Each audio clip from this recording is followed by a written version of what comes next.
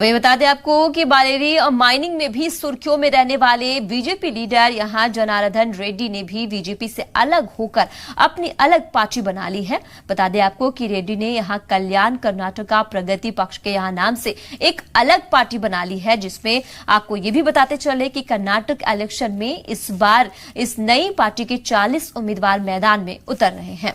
हमारे नुमाइंदे शाहिद काजी ने इस बारे में यहां पर रेड्डी से बातचीत की है, तो आइए देखते हैं।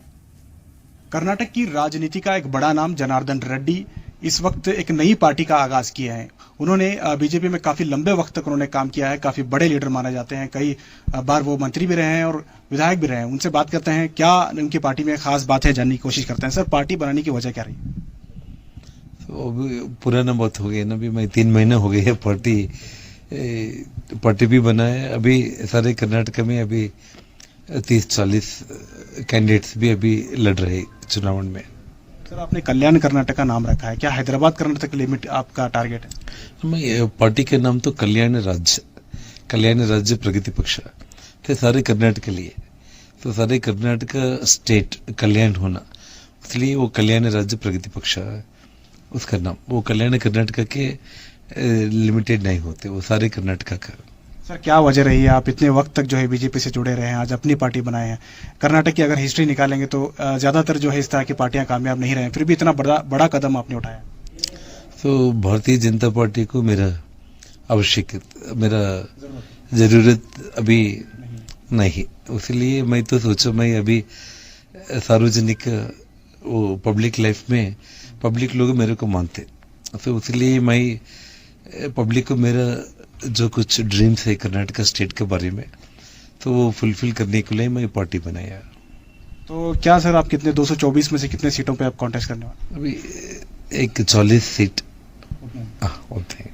सर, यहाँ बीजेपी से जो 75 प्लस जितने भी बड़े लीडर हैं उन्हें रिटायर्ड किया जा रहा है या वो खुद ही रिटायर्ड हो रहे हैं, तो ये जो बड़े लीडर हैं, चाहे वो ईश्वरप्पा हो, जगदीश शेट्टर हो, क्या ये तमाम लीडर आपके साथ कांटेक्ट में है? क्या वो आपके साथ आना चाह रहे हैं? वैसे नहीं, मैं वो सभी लीडर के बारे में मेरे को बहुत रिस्पेक्ट है, तो मेरे साथ कोई भी कांटेक्ट में नहीं है।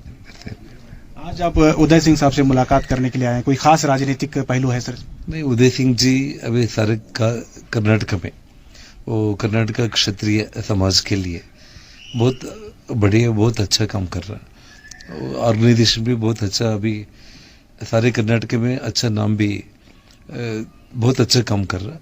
इसलिए मैं मेरे पार्टी के लिए सपोर्ट लेने के लिए आज मैं उदय सिंह भैया के साथ रिक्वेस्ट करने के लिए आज इस घर पे आया हूँ। सर, अभी कांग्रेस और बीजेपी दोनों से बहुत सारे जो बागी लीडर हैं जिनको टिकट नहीं मिली, वो नाराज होकर बाहर जाने वाले या नाराज होंगे, तो ऐसे लीडरों को टारगेट कुछ कर रहे हैं सर?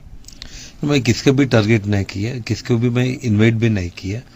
मैं खुद मेरे कैंडिडेट्स आप देखे तो बहुत एजुकेटेड है, डॉक्टर्स, इंजीनियर्स, बहुत बड़े बिजनेस पीपल भी है। सोशल सर्विस में अच्छा नाम कौन बनाया, वो लोग मेरे कैंडिडेट्स है। ऐसे एक दूसरा पार्टी से आदमी को लड़ना ऐसा मेरा आइडिया नहीं है। आज भी मैं किसको भी मैं पार्टी में दूसरा पार्टी लोगों को मैं इन्वाइट नहीं किया। मैं सर, कर्नाटक की जनता को आखिरी में क्या पैगाम देंगे, क्या मैसेज देंगे? तो आगे दिनों में कर्नाटक स्टेट में तो कल्याण राज्य प्रगति पक्ष, तो वो खुद 2028 में इंडिपेंडेंट पावर में आएगा। तो कर्नाटक स्टेट में कांग्रेस बीजेपी जो कुछ पब्लिक वो रिफ्यूज कर रहा है उसको, तो अभी एक 5 साल में मैं पार्टी को मैं स्ट्रांग बनाता हूँ। मैं बहुत शुक्रिया। ये थे जनार्दन रेड्डी साहब। इनका कहना है कि 2028 तक इनकी पार्टी यहाँ कर्नाटक में हुकूमत बनने लायक होगी और वो हुकूमत बनाने के लिए पूरी तैयारी शुरू कर चुके हैं। कैमरा पर्सन समीर के साथ शाहिद काजी, बेंगलुरु।